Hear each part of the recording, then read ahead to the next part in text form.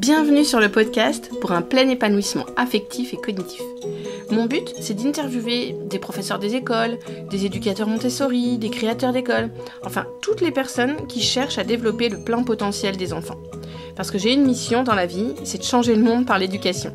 Alors, c'est pas une petite mission, je suis d'accord, mais en tout cas, j'essaye de faire ma part, avec mes ateliers Montessori, mes formations en ligne et en présentiel, et bien sûr le podcast. Donc au quotidien, j'aide les enfants à développer leur plein potentiel et j'accompagne les adultes pour qu'ils puissent mettre leur talent au service des enfants. Léonard Wenzel a été mon 35e invité sur le podcast. Donc j'étais vraiment contente de pouvoir échanger avec lui et de vous faire profiter de notre échange. Donc Léonard est psychologue, spécialisé en neuropsychologie de l'enfant et en psychopathologie de l'enfant et directeur pédagogique d'Anae Formation. Donc je lui ai posé plein de questions, voilà, on a eu un échange très très riche, ses réponses en tout cas étaient très très riches, et je lui ai posé plusieurs questions, comme par exemple quel a été l'impact de la découverte des travaux de Maria Montessori dans sa carrière, ou je lui ai aussi demandé par exemple les liens entre Maria Montessori et les sciences modernes, et on a aussi terminé avec la mémorisation. Enfin voilà, on a parlé de plusieurs petites choses, mais je vous laisse profiter de notre échange. Je laisse place à ma conversation avec Léonard. Bonjour Léonard Wenzel, merci d'avoir accepté l'invitation. Ça faisait plusieurs mois que j'avais envie d'échanger avec vous, donc voilà, je suis contente de vous accueillir aujourd'hui. Et bonjour, je suis ravi d'être avec vous. Alors, est-ce que vous voulez commencer par décrire un petit peu votre parcours professionnel, vos sujets de recherche pour les auditeurs qui ne vous connaissent pas ? Alors, ok, oui, si vous voulez. Alors écoutez, moi j'ai fait mes armes à Paris, j'ai fait toutes mes études à Paris. J'ai eu la chance de rencontrer quelqu'un de formidable pendant mes études qui s'appelle Claire Meljac, qui est une éminente praticienne en psychologie du développement, qui est quelqu'un de formidable, extrêmement érudit, savant, qui m'a entièrement formé pendant plusieurs années à l'hôpital Sainte-Anne. Donc j'ai travaillé à l'unité de psychopathologie de l'enfant et de l'adolescent à l'hôpital Sainte-Anne, où là je me suis spécialisé sur la psychométrie, c'est-à-dire la conception et l'étude des phénomènes de l'esprit de manière quantifiée, grosso modo ce qu'on appelle très vulgairement les tests, domaine qui ne m'intéressait absolument pas au départ et qui s'avérait être en fait une clé absolument passionnante pour comprendre en fait à peu près tout le reste. Et puis j'ai aussi beaucoup travaillé sur les questions du développement du nombre chez l'enfant, le développement de la mémoire et donc des apprentissages. J'ai extrapolé ensuite à toutes ces notions qu'on appelle les troubles 10 à partir de la notion de dyscalculie initialement. Et puis voilà, après je me suis trouvé d'autres sous-domaines de spécialité, comme par exemple les troubles du comportement chez l'enfant dans le rapport avec les habiletés parentales, les enfants et des écrans, l'évaluation des situations de handicap depuis la loi de 2005 jusqu'à nos jours. Et puis plus récemment, je suis revenu à mes premières tendances qui sont la question du haut potentiel intellectuel étudié sous un angle assez critique. Et là, je viens sur un nouveau terrain ludique, qui est la question du jeu au quotidien dans le développement de ce qu'on appelle les fonctions exécutives, c'est-à-dire les fonctions supérieures de l'esprit qui coordonnent beaucoup de choses et notamment qui sous-tendent tous les apprentissages. Voilà, et depuis toujours, donc, j'ai des activités cliniques, donc hôpital Sainte-Anne, Pitié-Salpêtrière, hôpital Raymond Poincaré à Garches, et en parallèle, j'ai toujours développé des activités libérales. En 2011, nous avons créé dans le cadre de la revue Anae une société de formation qui s'appelle Anae Formation. On a fait une formation, puis deux formations, et là aujourd'hui, je pense qu'on doit être à 70 formations par an à peu près, et nous formons environ 5000 à peu près, parce qu'avec le distanciel maintenant, on n'arrive plus à compter, mais on a plus de 5000 personnes par an dans tous les domaines de l'orthophonie, de la psychologie, de la psychomotricité, de la neuropédiatrie, etc. Et donc j'ai constitué une équipe, un réseau exceptionnel, d'experts exceptionnels, donc qui officie et qui travaille à former et accompagner les pratiques professionnelles dans tout ce qui concerne le développement normal et pathologique de l'enfant. Voilà, c'est un peu long, mais si je devais résumer en un mot, je dirais que je fais de la psychologie développementale, structuraliste et intégrative, avec un fond d'épistémologie qui sous-tend tout ça, mais toujours en appliquant après, en gardant les mains dans le cambouis, c'est-à-dire que je vois des vrais enfants avec des vraies familles au quotidien. Entre deux formations et deux conférences, voilà. Voilà, c'est pour ça que votre emploi du temps est si chargé. Oui, et j'ai mes enfants à Pau, mais je bosse à Paris et ailleurs, puisqu'on voyage beaucoup dans ce type de métier, donc je suis un peu toujours entre deux trains et deux avions. Ouais. D'accord. Et quand vous avez découvert les travaux de Maria Montessori, est-ce que ça a été un tournant dans votre carrière ? J'aimerais mesurer en fait l'impact de cette découverte. Alors, ça a été, comment dire, ça a été de découvrir Maria Montessori et les travaux de Maria Montessori. Ça a été à la fois une grande joie et parallèlement, en fait, c'est très prétentieux ce que je vais vous dire, hein, mais j'ai pas appris grand-chose. Et vous allez comprendre pourquoi. C'est parce qu'en fait, Montessori, dès les années 1910-1920, avait entièrement planifié tout ce que les sciences psychologiques allaient ensuite trouver et démontrer par la suite. Par ailleurs, j'ai une formation assez solide en psychologie du développement et on sait à quel point Montessori était une structuraliste et donc j'ai beaucoup travaillé dans le structuralisme, notamment post-piagétien. Et donc, en fait, on se rend compte qu'il parlait exactement des mêmes choses. Et comme je connais très bien Piaget, ça fait que du coup, Montessori, ça n'a pas été très compliqué pour moi de comprendre les différents esprits, philosophies, nuances, outils, mise en situation, l'observation chez Montessori, c'est déjà ce qu'on fait en méthode clinique piagétienne.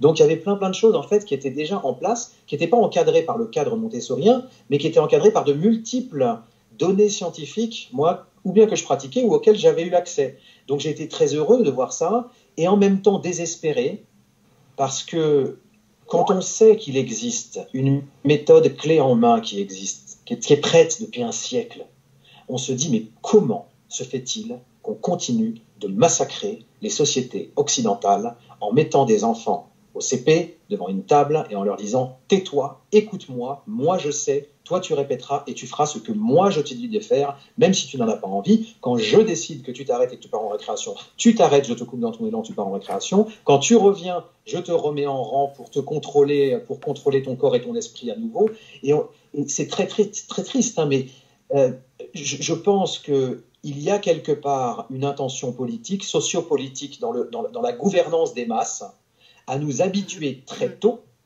à ne pas bouger, ne pas trop penser et exécuter ce qu'on nous demande de faire.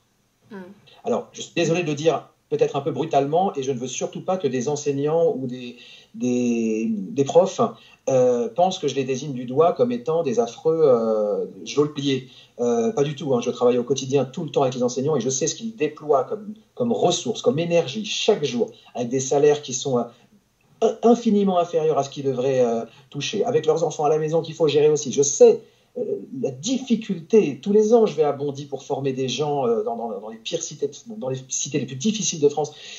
Et je vois à quel point il y a une souffrance, à quel point c'est difficile, et ils y peuvent rien. Et ils sont pieds et poings liés par rapport à un système.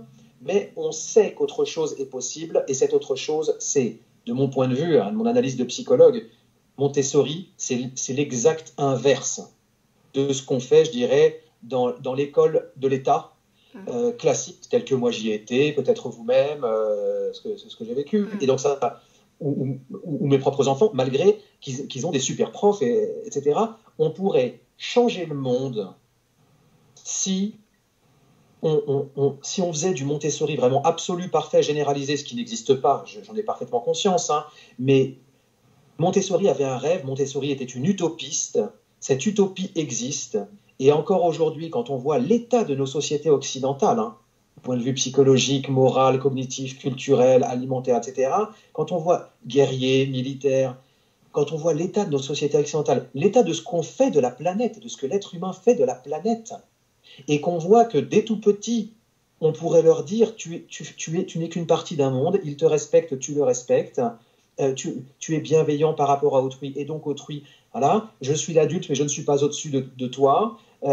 Voyez, on pourrait tellement faire mieux. C'est ça, quelque part, moi, qui m'a aussi désespéré quand j'ai découvert Montessori. J'avais des stéréotypes qui disaient, ouais, Montessori, c'est un truc comme ça, peut-être un peu laxisto, je sais pas quoi, c'est pour les bourgeois. Enfin, j'avais les stéréotypes que à peu près tout le monde a, en fait, chez Montessori. Et puis, j'ai rencontré Charlotte Poussin, j'ai rencontré Patricia Spinelli, j'ai rencontré Christian Maréchal, et puis d'autres, hein, Marc Sipers, Laurence Randou en Belgique, et Alan Nguyen au Québec, et j'ai découvert un monde absolument passionnant, mais où effectivement, Maria Montessori était plus qu'une visionnaire. C'était en plus quelqu'un qui modelait, qui façonnait, que c'était une bâtisseuse, c'était la bâtisseuse d'une utopie. Et je pense que si elle a été nominée 3 fois, si mon souvenir est bon, au prix Nobel de la paix, c'est parce qu'effectivement, Si tous les hommes du monde vont à la mairie et déposent leur fusil, comme dirait Louis-Ferdinand Céline, eh bien, il n'y aura plus de guerre. C'est très simple, c'est mathématique. Et si demain, tout le monde devient aussi montessorien qu'on peut l'être, eh bien, c'est simple, on sauve la planète et on sauve l'espèce humaine. C'est mathématique, vous comprenez? Et je suis désespéré de voir que ce type de raisonnement n'arrive à aucun moment à l'étage politique. Quel présidentiel vous parle de ça? Alors que c'est le seul projet qu'on ne peut qu'avoir aujourd'hui en 2020. On ne peut avoir que ce projet-là, c'est sauver la planète, sauver l'humanité. Eh bien, comment on fait pour sauver la planète et comment on s'occupe de l'enfant. Ben oui, parce que ce sont les futurs adultes de demain, donc voilà, c'est là où il faut agir.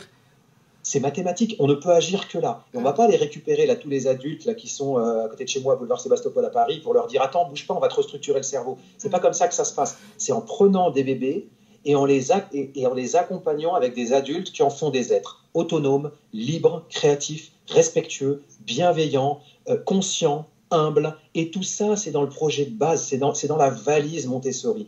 À quel moment on va se saisir de cette valise? Ou alors peut-être que ça n'intéresse pas le politique d'avoir des individus libres, créatifs, autonomes, bienveillants entre eux, et que le diviser pour mieux régner dans la haine des uns et des autres, c'est beaucoup mieux. Et c'est plus facile, comme ça, on nous renvoie aux urnes.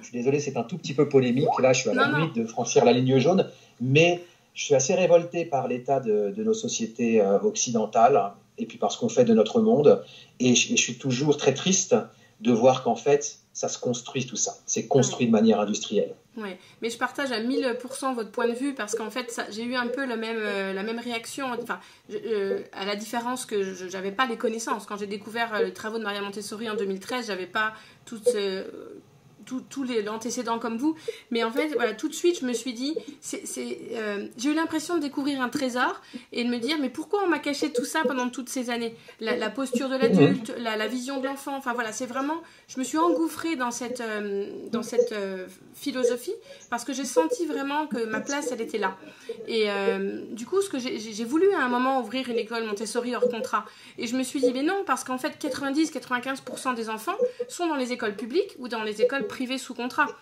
Et ce sont donc c'est ces enfants-là qu'on doit aider et à qui on doit offrir cet environnement différent. Et donc du coup voilà, là on sent vraiment que ça vous tient à cœur. Mais est-ce que c'est donc vous avez déjà réfléchi à la question, mais est-ce que vous mettez des actions en œuvre pour essayer justement que ça remonte au niveau politique?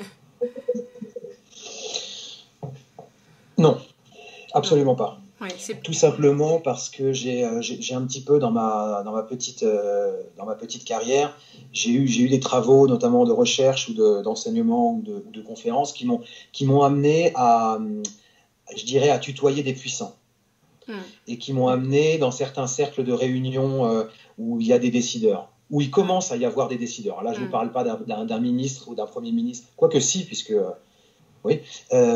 Et malheureusement, j'ai assez vite compris ce qu'il en était et j'ai assez vite compris la marge de manœuvre qu'il y avait. Donc, je n'ai absolument aucune foi là-dedans. En revanche, j'ai foi en l'individu, j'ai foi en l'étage local, j'ai foi éventuellement en telle ou telle institution.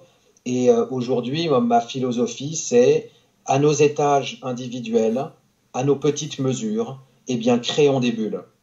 Créons des bulles de bien-être, créons des bulles de plaisir, de sourire, créons des bulles d'amour, créons des bulles d'intelligence, de culture, d'élégance, de poésie, de raffinement, créons ces bulles. Invitons les gens qui viennent dans ces bulles à créer eux aussi leurs bulles et à créer encore d'autres bulles, etc. Et peut-être qu'un jour, ces bulles auront un impact, je dirais, métapolitique plus large. Pour l'instant, j'ai aucune foi par rapport à ça. Ouais. D'accord, je comprends bien votre point de vue. Et puis en plus, là, il y a de plus en plus de monde qui a entendu parler des travaux de Maria Montessori. Mais j'ai l'impression que les gens réduisent Montessori aux apprentissages scolaires, alors que ça va bien au-delà. Absolument. Oui, de toute façon, Montessori, comme beaucoup de domaines, hein, quand on ne connaît pas, c'est plein de stéréotypes, c'est beaucoup de plaquage. C'est amusant parce que tout à l'heure, vous avez dit pourquoi est-ce qu'on m'a caché ce trésor. Et je crois qu'effectivement, il y a quelque chose de cet ordre-là, c'est qu'il ne faut quand même pas trop en parler. D'ailleurs, dans l'éducation nationale, pendant très longtemps, il était interdit de parler de Montessori, c'était uniquement pour les riches, donc les gens de droite, donc l'éducation nationale se situant majoritairement à gauche, eh bien, c'était très méchant, c'était très mauvais, c'était très mal, c'était très élitiste, donc c'était bourgeois, donc c'était truc et machin. Donc, ça fait partie de ces stéréotypes, c'est de penser que Montessori, finalement, c'est la lecture, l'écriture, pour que des enfants de 3 ans sachent lire ou connaissent leur multiplication à 5 ans de tête. Donc, finalement, tout ça, c'est fait pour les enfants de Neuilly-sur-Seine, quoi. Bon, c'est un des stéréotypes, et c'est très regrettable, parce qu'effectivement, l'apprentissage scolaire en tant que tel, finalement, c'est très, très secondaire dans l'action et dans le projet montessorien, si on prend les choses d'un point de vue développemental, là, par rapport à l'enfant. Ouais. Et puis ici, voilà, son but aussi, c'était de servir la paix, de servir la paix dans le monde. Donc c'est un peu réducteur de dire Montessori, c'est juste les apprentissages scolaires, quoi. Absolument, absolument. Mais après, je crois que c'est très utile à pas mal de monde, hein, de se dire que, déjà, tout ce qui concerne le champ de l'enfance, finalement, c'est un truc de fable, là. Hein. C'est pour les nanas, ça. Hein. Venez dans nos amphis en psychologie, en orthophonie, etc. Les hommes, ils se comptent sur les doigts d'une main. Hein. Nous, on était 3 ou 4 dans un amphi de 120, quoi. Bon, donc déjà, premièrement, l'enfant, c'est pour les filles. Hein. Ensuite, les apprentissages, c'est pas très, très important. Finalement, c'est peu ou prou du babysitting un peu amélioré. Hein. Donc, la prof, là, allez, on va te mettre là. On va te payer combien? Pas grand-chose, parce que franchement, ce que tu fais, quand même, qu'est-ce que tu fais? Tu joues avec les enfants, en fait. Hein. C'est ça que tu fais? Oh, ok. Ta formation, d'ailleurs, on va pas t'apprendre grand-chose. Et puis ensuite, on te propulse comme un tirailleur sénégalais sur le terrain, et débrouille-toi. Et tu as 5 enfants 10, 2 TDAH. On t'explique aussi que le haut potentiel, c'est des enfants atypiques particuliers qui ont des cerveaux pas pareils, ce qui est faux. Hein. Mais si vous voulez qu'on rentre là-dedans, mais c'est juste une digression. Et puis, débrouille-toi avec 10 projets spécifiques d'enfants sans formation. Tu bosseras chez toi le soir, on s'en fiche. Quoi, tes enfants? Non, on s'en fiche. C'est assez extraordinaire. J'ai digressé, je ne sais plus d'où je suis parti. Non, mais on sent votre colère. Enfin, je ne sais pas si colère, c'est le bon mot, mais vous non, auriez c'est de la envie révolte. Révolte et envie de changer les choses, quoi. C'est de la révolte, et doublée d'une certaine forme d'impuissance, parce que moi je me lève tous les matins pour essayer de faire en sorte d'amener ma petite goutte dans l'océan. On est nombreux comme ça, mais je suis toujours révolté quand dans 2 ans, s'il y a des élections présidentielles dans 2 ans, on nous renvoie aux urnes en nous désignant toujours les mêmes pour les mêmes projets, et qu'en fait strictement rien ne va changer, mais que tout ça profite à un tout petit nombre sur la planète qui eux s'engraissent d'argent et de puissance au détriment des 99,999% dont on fait partie, dont la plupart de nos enfants font partie, et qu'on n'éduque pas et qu'on ne traite pas comme des êtres humains méritent d'être traités. Et ça me révolte, parce que c'est une question d'existence, en fait. C'est une question d'existence. La planète Terre, elle n'a qu'une vie. Je veux dire, le jour où elle sera totalement flinguée, parce que nous l'avons flinguée pour ces mêmes raisons d'hypercapitalisme, d'égoïsme, de pouvoir, d'ignorance, etc., c'est nous, c'est notre responsabilité, et c'est un crime. Donc je suis indigné et révolté parce que nous assistons jour après jour à un crime. Voilà. Et que, d'une certaine manière, on y participe malgré nous, on nous y fait participer à ce crime, et je ne vois absolument pas l'ombre d'un changement. Je trouve même que les choses s'aggravent terriblement, notamment depuis qu'on nous a annoncé qu'il y avait un truc qui s'appelait le Covid. Mais c'est une autre histoire. Oui. J'aurais aimé vous demander, pour les professeurs des écoles qui nous écoutent et qui ont à cœur justement que chaque enfant développe son plein potentiel, pour vous, quels sont les invariants pédagogiques indispensables à ce plein épanouissement quand on accompagne des enfants, 30 enfants au quotidien dans une classe? Alors, quels sont les invariants pédagogiques qui vont permettre le plein épanouissement de l'enfant, affectif et cognitif? C'est très simple, je vais hiérarchiser les choses, hein, véritablement. Déjà, premièrement, je pense qu'il faut que l'enseignant soit heureux. C'est la première chose. Je pense qu'il faut que l'enseignant, le matin, alors autant que possible, parce que je sais très bien, moi-même, il y a des matins, je suis épuisé, grisonnant, et je ne suis pas content, et je ne suis pas agréable, mais autant que possible, je pense qu'un enseignant qui arrive et qui se pose dans sa salle de classe, il faut qu'il soit rayonnant. Pourquoi est-ce qu'il faut qu'il soit rayonnant? Parce que c'est ce rayonnement qui va susciter chez l'enfant sa motivation, et donc qui va entièrement colorer ses capacités attentionnelles. Et ça, je crois que Montessori, elle avait parfait. Alors, elle parlait peut-être pas d'éducateur rayonnant, mais je trouve que dans la posture de sérénité, de bienveillance, de générosité de l'adulte montessorien est heureux. Regardez Christian Maréchal dans sa salle de classe, dans Le Maître et l'Enfant, c'est fascinant. Et je pense qu'un enfant qui rentre dans un lieu de bonheur se place d'emblée dans les meilleures conditions possibles pour mobiliser son petit cerveau Et quand on mobilise le cerveau, par quoi on commence? On commence par inhiber les distracteurs pour focaliser sa conscience, c'est-à-dire être attentif.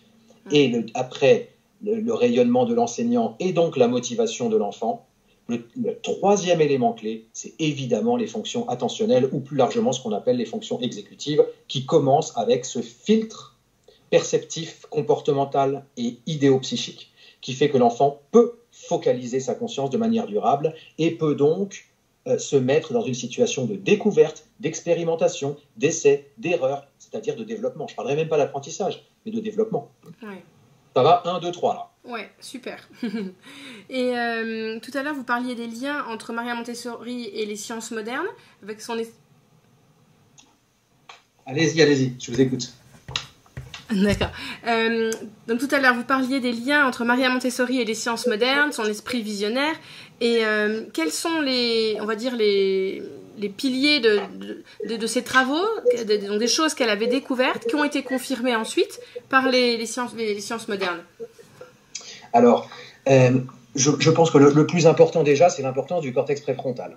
C'est-à-dire que Maria Montessori avait placé la question de l'attention au cœur de son projet développemental, avec la motivation, avec ce dont je viens de vous parler. Et au cours on le sait, depuis, je dirais, la moitié du 19e siècle, on le sait, depuis qu'il y a des types qui ont pris des baramines dans le front, ce genre de choses, que cette partie que nous avons au-dessus des yeux, vous avez remarqué qu'elle est proéminente. Mais vous n'y faites pas forcément attention tous les matins parce que vous avez toujours vu des adultes avec des cortex préfrontaux proéminents au-dessus des yeux, donc vous ne vous dites pas, tiens, c'est bizarre, il a une bosse au-dessus des yeux. En revanche, si vous étiez un grand singe, vous vous diriez, ah bah dis donc, pourquoi il a une bosse au-dessus des yeux, lui? Parce que chez le grand singe, le cortex orbitofrontal, c'est 17% contre 30% chez l'être humain. Et pourquoi est-ce que cette partie est si proéminente? C'est parce que nous avons dû faire des efforts considérables pour pouvoir nous comprendre, conceptualiser, se mettre d'accord, s'abstraire, imaginer, développer, se poser des questions sur le monde, sur nous-mêmes, sur les objets, etc. etc. Et ça, c'est vraiment les fonctions préfrontales, avec au cœur donc l'inhibition, l'attention, la planification, l'organisation des raisonnements, etc., c'est-à-dire les fonctions exécutives. Et ce qui est fascinant chez Maria Montessori, c'est qu'elle avait compris, que cette attention était l'énergétique de tout le fonctionnement, la motivation étant elle-même l'énergétique de l'attention, et la relation étant elle-même l'énergétique de la motivation. On a d'ailleurs des discussions passionnantes avec les Montessoriens. On n'est pas complètement raccord sur la question de l'attention endogène et exogène, mais on en reparlera peut-être plus tard. C'est marrant, on aime bien se friter là-dessus et sur les écrans. je les taquine sur les écrans. Bref. Et donc, Maria Montessori avait non seulement compris que cette attention était l'énergétique du développement, mais elle avait aussi compris que cette attention n'était pas linéaire, elle n'était pas infinie. L'attention est une énergie limitée en temps et en intensité, et Maria Montessori avait entièrement tout mis en place pour que l'enfant soit autonome d'un point de vue attentionnel, connaisse le moins de ruptures attentionnelles possible et soit le propre leader de ses capacités attentionnelles, exactement comme si vous faites du sport, vous êtes leader de votre corps, etc.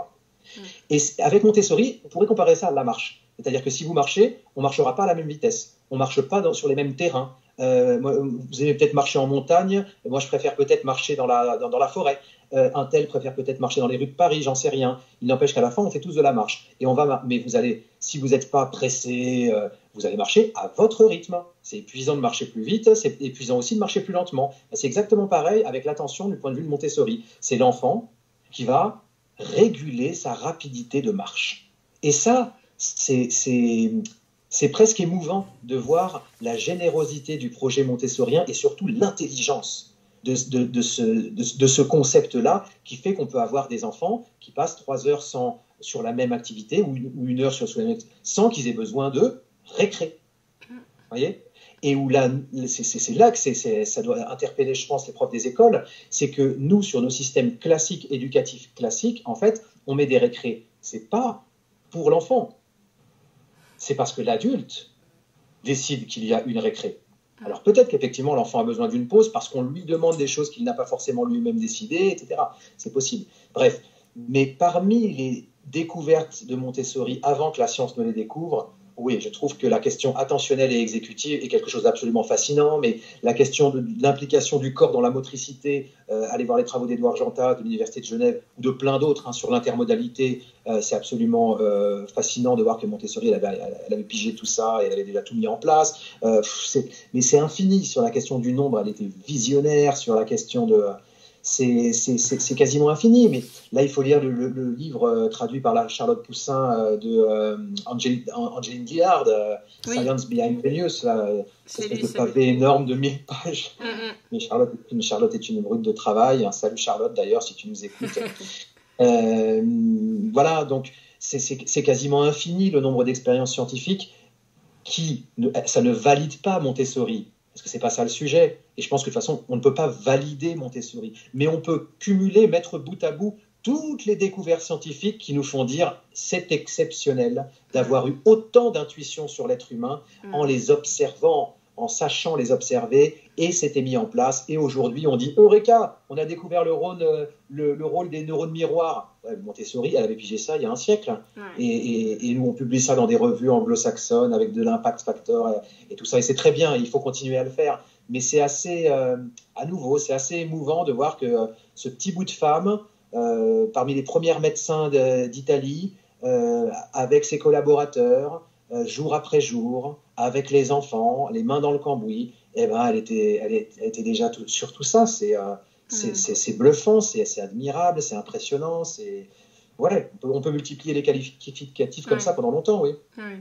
Et là, tout à l'heure, vous avez parlé des écrans, et comme on parlait de l'attention, moi, j'ai cru comprendre que voilà, les dessins animés, par exemple, où les images s'enchaînent très vite et qui n'ont pas de lien avec la réalité, comme Bob l'éponge, par exemple, voilà, une éponge dans la mer, ça n'existe pas, que ce genre de dessin animé-là allait vider le réservoir attentionnel des enfants. Est-ce que ça, vous confirmez ? D'un point de vue scientifique, je ne peux pas répondre avec précision parce que je n'ai pas l'état des recherches sur cette question. Et c'est un champ de recherche en plus qui est extrêmement difficile parce qu'en fonction déjà des enfants, ça ne réagit pas de la même manière. Donc on ne peut jamais parler qu'en moyenne sur un groupe de personnes. Ensuite, ils ont quel âge, vos enfants ? 4, 5, 6 ans ? 4. Déjà, ce n'est pas du tout pareil. Oui. Catégorie socio-professionnelle des enfants ? Oui, donc il y a tous ces facteurs-là en fait qui jouent. Ils ont dormi combien de temps ? Qu'est-ce qu'ils mangent ? Après, il y a le contenu. C'est quoi le contenu ? Et effectivement, comme vous le dites, Bob l'éponge, ça n'est pas Choupi, qui n'est pas Ernest et Célestine, qui n'est pas Pogno sur la falaise. Vous voyez ? Donc, tout ça est très variable. Mais effectivement, c'est très bien, vous m'amenez sur le terrain polémique que nous avons avec les Montessoriens. Donc, je vais pouvoir les taquiner un petit peu, même si après, je sais très bien que ils sont moins technophobes pour beaucoup que ce que je veux leur prêter, mais on a quand même quelques technophobes acerbes chez les Montessoriens. Et par moments, je me dis, mais si Montessori était là, elle nous dirait quoi sur Bob l'éponge ? Elle nous dirait quoi sur cet enfant précis-là qui, pendant le confinement, se tape 6 heures de télé par jour, de manière à ce que sa mère ne perde pas son travail en télétravail, sachant même qu'ils habitent au dernier étage d'une bar à la Courneuve et qu'ils sont déjà dans une mouise pas possible, etc. Elle nous dirait quoi, Maria Montessori, par rapport à tout ça ? Parce que cette question des écrans, c'est très souvent tranché entre les technophiles et les technophobes.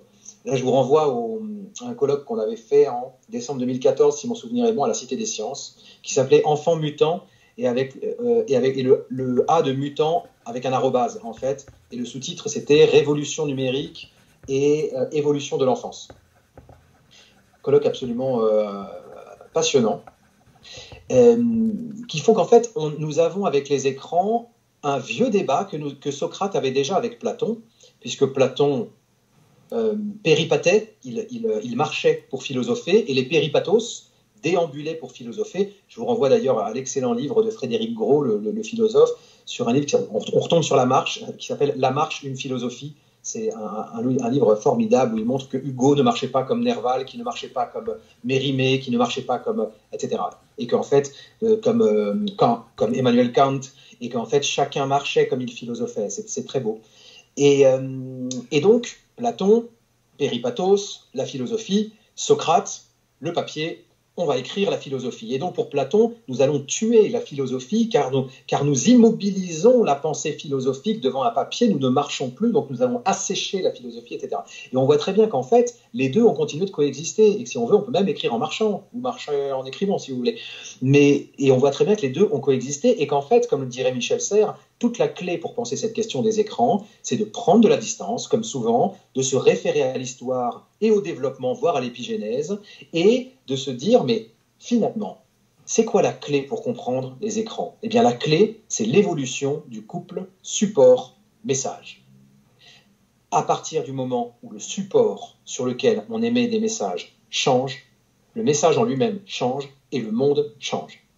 Et on a des révolutions en cascade, des révolutions sur les lois, des révolutions sur la finance, des révolutions sur la propriété, sur la représentation de l'espace. Tout mute. Sur le temps, sur l'immédiateté, tout mute. Et on a connu ça pour le passage. Alors évidemment, le langage oral a été, de mon point de vue, la première révolution, mais c'était peut-être qu'une évolution. Ensuite, deuxième révolution, ça a été le passage au papyrus, enfin à la trace écrite. Ça a mis évidemment des milliers d'années à se faire, mais troisième révolution, ça a été l'imprimerie. Et la dernière révolution, la plus actuelle, la plus puissante et la plus immédiate, c'est évidemment la révolution numérique. Et si vous regardez bien ce qui nous arrive aujourd'hui, tout est en train de muter. Sur le plan économique, on est en train de muter totalement avec une dématérialisation progressive de la propriété initialement pour du métal, puis pour du papier, puis pour du plastique. Et aujourd'hui, l'argent n'existe plus. C'est une arnaque extraordinaire. Il n'y a plus d'argent. Il y a des circuits électriques qui nous disent si oui ou sinon on a une certaine quantité. Mais en fait, c'est pas vrai. Tout ça est totalement virtuel. Et on nous tient avec ça. C'est juste génial. Donc, pour en revenir à Montessori et aux écrans, je ne sais pas du tout quels auraient été les conseils ou recommandations de Maria Montessori par rapport aux écrans. Mais ce que je sais, c'est qu'aujourd'hui, on sait que Platon avait peut-être peur d'une modernité qu'il ne maîtrisait pas forcément et qu'en revanche, on a toujours des livres. On continue de bouquiner différemment, autrement, peut-être un peu moins, avec d'autres supports. Les éditeurs s'adaptent, ils vous demandent de faire des paragraphes de pas plus de 5 lignes parce que les gens n'ont plus les mêmes capacités attentionnelles, etc. Mais le numérique ne tuera pas le papier, il ne tuera pas le livre. Il ne fera que l'amener dans un nouveau monde où la donne est remodifiée. En matière de temps, c'est pareil. Aujourd'hui, vous pouvez avoir... souvenez-vous qu'on allait... vous comme moi, on allait au bureau SNCF pour acheter notre billet. Dire demain je dois prendre un train, je prendrai mon train dans le métro en allant prendre mon train à partir de mon application, ça va prendre 30 secondes, il va scanner mon visage et c'est réglé et je n'ai pas eu à bouger mon corps dans l'espace. Vous voyez ? Donc, à nouveau, Michel Serres dit l'être humain est un animal dont le corps perd. C'est-à-dire qu'à chaque fois qu'on a ces révolutions-là, on donne à des machines, à des supports, à des objets, on leur donne... Qu'est-ce qu'un outil ? C'est une fonction humaine qu'on confie à un objet externe. Et une fourche n'est jamais que le prolongement de la main, etc. Et par rapport à ces écrans, je pense que c'est peut-être le point de vigilance qu'il faut avoir, avant même la question de l'imaginaire et de la créativité, et je pense que Montessori aurait largement été bien avant moi sur cette ligne-là, c'est qu'avec ces nouveaux outils, c'est toujours pareil. S'il y a excès, notre corps perd. Et il est évident qu'un enfant de 6 mois qu'on installe devant un écran, il sera capté par l'écran. Et si on le laisse longtemps, chaque jour, etc., il développera moins de motricité, moins de communication qu'un enfant qui va jouer dans le jardin, etc. Maintenant, une fois qu'on a dit ça, je ne suis pas pour les discours qui vous disent « pas d'écran avant 3 ans ». Pourquoi pas d'écran avant 3 ans ? Expliquez-moi pourquoi pas d'écran avant 3 ans. Parce qu'il y a plein d'autres choses à découvrir. Peut-être parce qu'il y a plein d'autres choses à découvrir dans la vraie vie.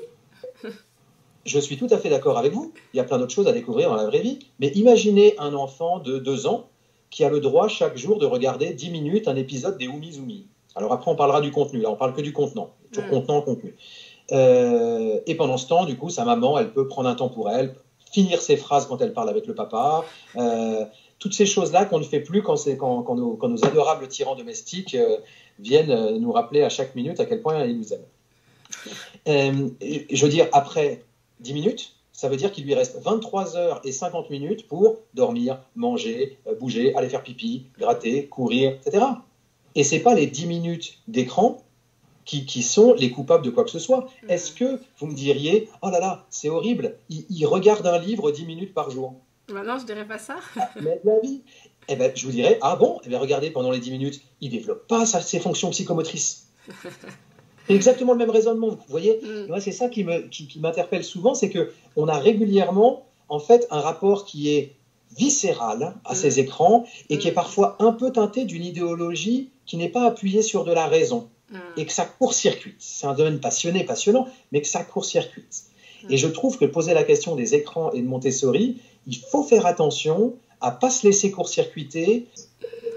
Oui, alors effectivement, on a une petite coupure, une petite panne de courant, mais nous étions en train d'évoquer la question des écrans. Et donc voilà, je crois qu'il y a vraiment cette question du contenant qui est importante. Et puis après, votre question portait plus spécifiquement sur le contenu. Je trouve intéressant d'avoir quand même une petite remise en perspective préalable généraliste sur les interrogations sur les écrans et effectivement sur les contenus. Il y a cette idée que une éponge, ça ne parle pas, que c'est quoi comme animal Choupi selon vous? On n'arrive pas bien à saisir. Mais je taquine volontiers les Montessoriens en les traitant d'anti-choupistes parce que je trouve que il y a quelque chose qui est teinté d'idéologie souvent dans les argumentations autour de cette question de l'imaginaire, de la créativité, de la narrativité et des histoires qui devraient être strictement des histoires réelles pour les enfants.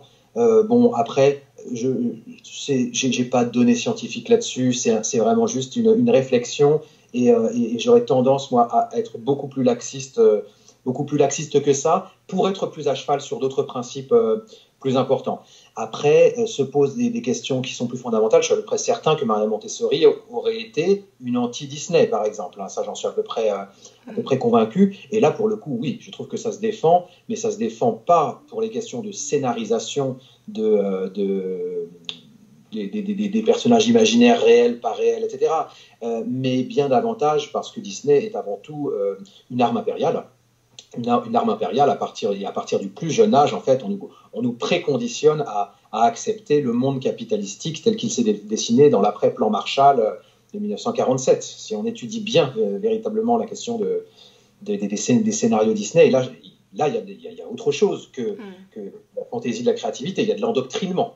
Donc on est dans l'ingénierie mentale, donc c'est très clairement beaucoup plus délicat. Et en même temps, c'est essayer d'être anti-Disney aujourd'hui quand on vous sort La Reine des Neiges 2 et Vaiana, quoi. C'est très difficile. Donc voilà, sur la question de l'imaginaire, je reste à l'écoute, mais je trouve qu'il y a des terrains de principes, de règles, sur lesquels je pense qu'il faut être plus important que la question du contenu en tant que tel auquel on expose des enfants comme une éponge qui parle ou ce genre de choses. Je pense que, par exemple, la question du respect, la question de la douceur, la question de l'autre, tout ça me semble vraiment très très primordial. Les écrans et l'imaginaire, ça va, voilà, je ne serais pas un tyran là-dessus, quoi. Ouais, d'accord. Et mon autre grosse question, avant de terminer, elle porte sur la mémorisation. Parce que je suis en train de lire le livre de Steve Masson, Activer ses neurones pour mieux apprendre et mieux enseigner. Et en fait, j'aimerais vous poser donc, la question sur la mémorisation, parce que je crois qu'il est plus pertinent de parler des mémoires au pluriel et pas seulement de la mémoire. Donc, est-ce que vous pourriez nous parler de la mémoire sensorielle, la mémoire à court terme et la mémoire à long terme, pour avoir une idée un peu plus précise? Alors, j'ai traduit un livre de l'espagnol. Je vais faire un petit peu de publicité comme ça, qui est paru chez Elsevier Masson et qui s'appelle, alors en espagnol, c'est La memoria del niño, el desarrollo normal y patológico, qui veut dire la mémoire de l'enfant, développement normal et pathologique. Et les auteurs, c'est Ana Narbona et Juan Soprano, qui sont respectivement argentines, et lui, il est espagnol. Donc je connais un petit peu la question de la mémoire et le développement de la mémoire normale et pathologique chez l'enfant. Et effectivement, tout acte mnésique commence avant tout par un acte par une perception, par un percept. Et on a l'étage minimaliste de la mémoire, qui est la mémoire sensorielle, qui est le résidu sensoriel activé par des cellules qui vous reste après avoir perçu quelque chose. Par exemple, la fixation la plus évidente, même si ce n'est pas vraiment de la mémoire, mais ça reste de la trace, c'est si vous fixez le soleil ou un point lumineux et qu'il vous reste quelque chose. Ou si vous marchez dans la rue, et puis d'un seul coup, vous voyez quelqu'un vous êtes dans vos pensées, et puis vous voyez quelqu'un qui vous fait penser à quelqu'un, et hop, vous réactivez la trace pour, tiens, est-ce que je le connais, lui ou pas? c'est cette mémoire sensorielle, mais elle est de l'ordre de la milliseconde, la mémoire sensorielle, elle est extrêmement brève, et donc elle est essentiellement auditivo-verbale et visuelle. Mais on peut tout à fait avoir une mémoire kinesthésique ou une mémoire haptique, c'est-à-dire vraiment la mémoire du toucher, par exemple. Voilà. Mais ça reste de la mémoire sensorielle, c'est le premier étage. Ensuite, si vous êtes motivé, alors vous allez booster vos fonctions attentionnelles pour maintenir plus longtemps une trace. On retrouve cette idée de motivation, attention, concentration. Et donc, vous allez maintenir ça, et donc la trace, vous allez la maintenir dans une mémoire brève. Si par exemple, là, je vous donne une série de 9 chiffres, et que je vous demande de les répéter après, vous allez les maintenir. Mais si je vous en donne 16 et que vous n'avez pas de stratégie et que vous n'êtes pas un autiste de haut niveau, certains autistes de haut niveau, qui ont des capacités mnésiques hors normes, vous allez les oublier et généralement, on mesure autour de 20 secondes la mémoire immédiate à court terme. Et puis, en revanche, si vous répétez, consolidez parce que vous êtes motivé, alors vous allez rentrer dans des mémoires, dans des banques de données quasi infinies, qui sont les mémoires à long terme. Donc vous avez raison, on ne parle pas de dire je perds la mémoire, ça ne veut rien dire en fait. On perd une mémoire. Et d'ailleurs, généralement, on ne le perd pas. Généralement, c'est la récupération des contenus qu'on n'arrive pas à faire. C'est pas pareil. C'est le chemin de récupération qu'on n'arrive pas à faire. Et donc là, on a les mémoires à long terme, comme par exemple, et là, on a plusieurs types de mémoires à long terme. Tout ça est très saucissonné. Et dans la vie de tout le monde, c'est en fait beaucoup plus intriqué. Mais il y a par exemple la mémoire sémantique. Vous avez les mémoires déclaratives, c'est-à-dire les mémoires des événements, la mémoire autobiographique de ce qui s'est passé, la mémoire prospective, c'est la mémoire de ce que vous allez faire. Tout à l'heure, vous m'avez dit que vous aviez un rendez-vous après, et vous rappelez à votre mémoire qu'après, vous allez avoir quelque chose. Et vous avez bien sûr une des mémoires les plus importantes, qui est la mémoire procédurale, qui est la mémoire de faire du vélo, de conduire une automobile, de faire ses lacets, etc. On découvre, on répète, on consolide, on automatise, et ensuite on n'a pas besoin de conscientiser pour récupérer le fait de conduire une voiture. Quoique ça dépend des gens, des heures et du total cholémique. D'accord, donc ça c'est le côté un peu théorique de la mémoire. Et comment on pourrait, avec ces connaissances, aider par exemple un enfant à mémoriser ses tables de multiplication ? Là je vous renvoie à la méthode Memento que j'ai développée. C'est horrible parce que je vous renvoie à un truc que j'ai fait moi, donc c'est très prétentieux, mais j'ai jamais mis plus de 24 minutes à apprendre une table de multiplication à un enfant à partir d'une technique qui se base uniquement sur des principes scientifiques. Donc si ça vous intéresse, allez voir sur le site d'Anae Formation. On a d'ailleurs une formation en e-learning sur Memento, et on a d'excellents échos, y compris d'enseignants, de profs.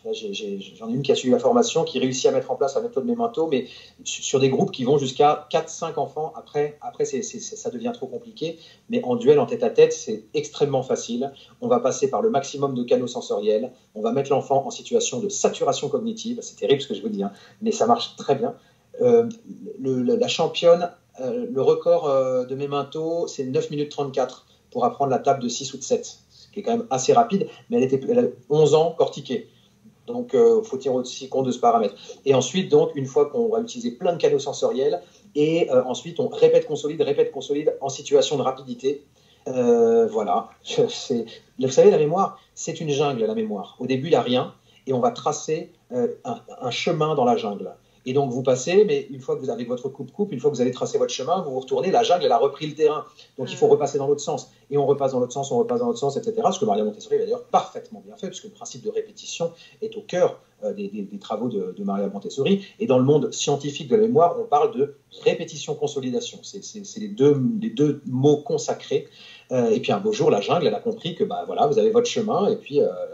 elle ne reprendra pas le pouvoir, à moins que vous laissiez le terrain en friche pendant trop longtemps. Mais globalement, optimiser par exemple pour les tables de multiplication, je vous dirais c'est très simple, répétition, consolidation, rapidité de traitement, multisensorialité, et surtout que ça ne soit pas un des deux parents qui apprennent la table de multiplication à l'enfant. Parce que parfois, c'est juste ça qui pose problème et qui vient se cristalliser dans les tables de multiplication. C'est que c'est pas du tout pareil quand on est parent et qu'on demande à l'enfant de faire un truc vraiment qui est de la répétition perroquet, quoi. Parce que apprendre les tables et comprendre les tables, c'est deux choses qui sont complètement différentes. Oui. Et l'enfant, on lui demande quand même de faire une activité de perroquet, c'est absolument pas ludique, ça ne veut pas forcément dire quelque chose pour lui au départ. 8 x 8 x 64, c'est assez abstrait. Pourquoi est-ce que je me servirais de ce truc-là ? Il ne voit pas forcément l'utilité. Donc, ça peut devenir contraignant, laborieux, etc. Et donc, avec une technique d'hyperstimulation par un tiers, on peut faire passer des tas de contenus d'ailleurs, hein, pas que les tables de multiplication, mais Memento, ça marche avec pas mal de contenus, en des temps records, et à tel point que les enfants eux-mêmes s'impressionnent, à tel point ça va vite. Après, généralement, si vous faites Memento pendant 20 minutes, après vous êtes mort, hein, vous êtes crevé. Hein. C'est épuisant. Mais la table, si après on se donne la possibilité de la rafraîchir quelques temps après, et de manière un peu régulière, c'est des choses qui restent, parce que la jungle a compris que le chemin, il était là, et on vient régulièrement remettre un petit coup de machette, mais le gros est fait, quoi. Ça va, c'est concret ? Oui, j'adore cette métaphore. Ok, super. J'explique un peu différemment, mais ça revient au même. Et D'accord. Super, Léonard, on va terminer avec les 3 questions habituelles. Un livre que vous aimeriez conseiller aux auditeurs ? Le voyage au bout de la nuit de Wilfred Céline. Mais c'est de la littérature.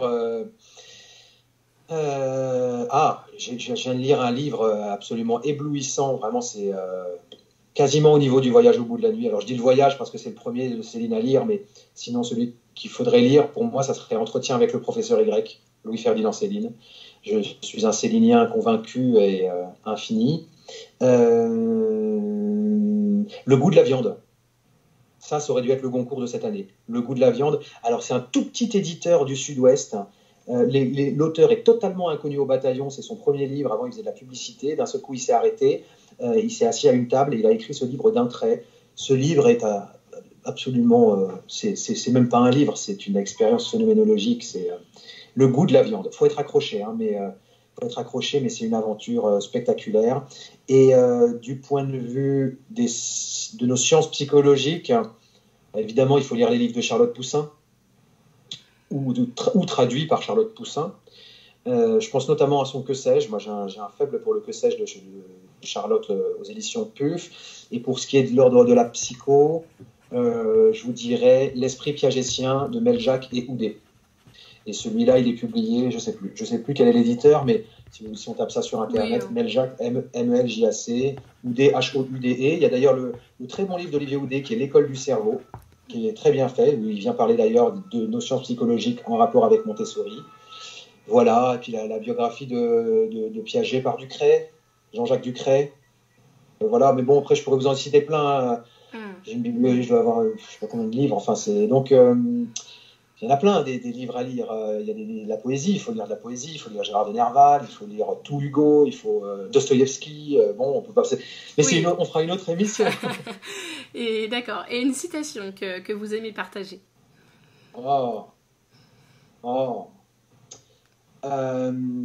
Je vous citerai le vicomte de Turenne. Je vais me tromper dans la date et je déteste ça, mais il me semble que c'est 1538, mais je me trompe peut-être, qui était au bord d'une bataille. Elle allait partir dans une bataille et qui s'adresse à son cheval en lui disant « Tu trembles, carcasse, tu tremblerais davantage si tu savais où je vais te mener. » Okay. C'est extraordinaire. Voilà, mais là c'est pareil, les citations. Le tact dans l'audace, c'est de savoir jusqu'où on peut aller trop loin. Oscar Wilde. Bon, on peut faire une émission sur les citations. Hein. Okay. Hugo, la garde impériale en train dans la fournaise. Enfin bon, comme ça, je sais pas quelle serait la. Non, Camus. Voilà, s'il n'y en avait qu'une seule, ça serait Camus et ça serait. Enfin, c'est attribué à Camus, mais apparemment c'est pas lui, mais c'est attribué à Camus. C'est mal nommer les choses, c'est ajouter au malheur du monde. Ok.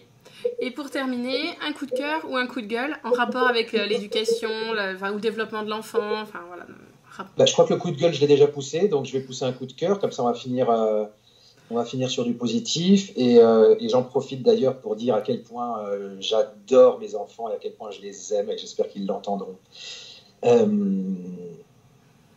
Un coup de cœur, en dehors des plus beaux enfants du monde entier qui sont les miens, un coup de cœur, pourquoi d'ailleurs ? Pour l'éducation. Ouais, voilà, en rapport avec l'éducation, l'enfant de manière générale.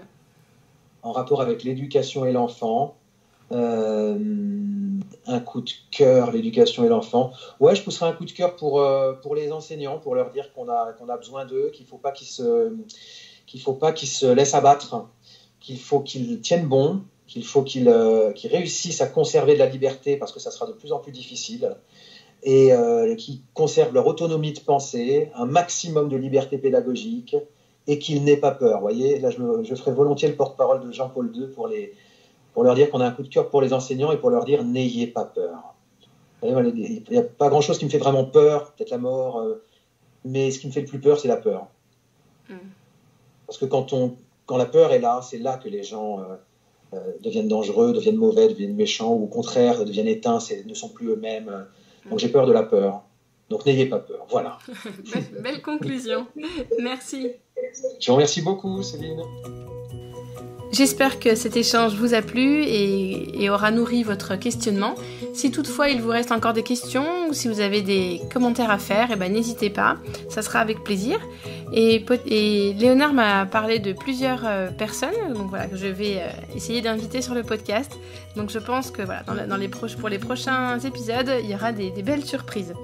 Et voilà, comme d'habitude, n'hésitez pas à laisser un petit commentaire, à partager le podcast, et je vous dis à vendredi prochain.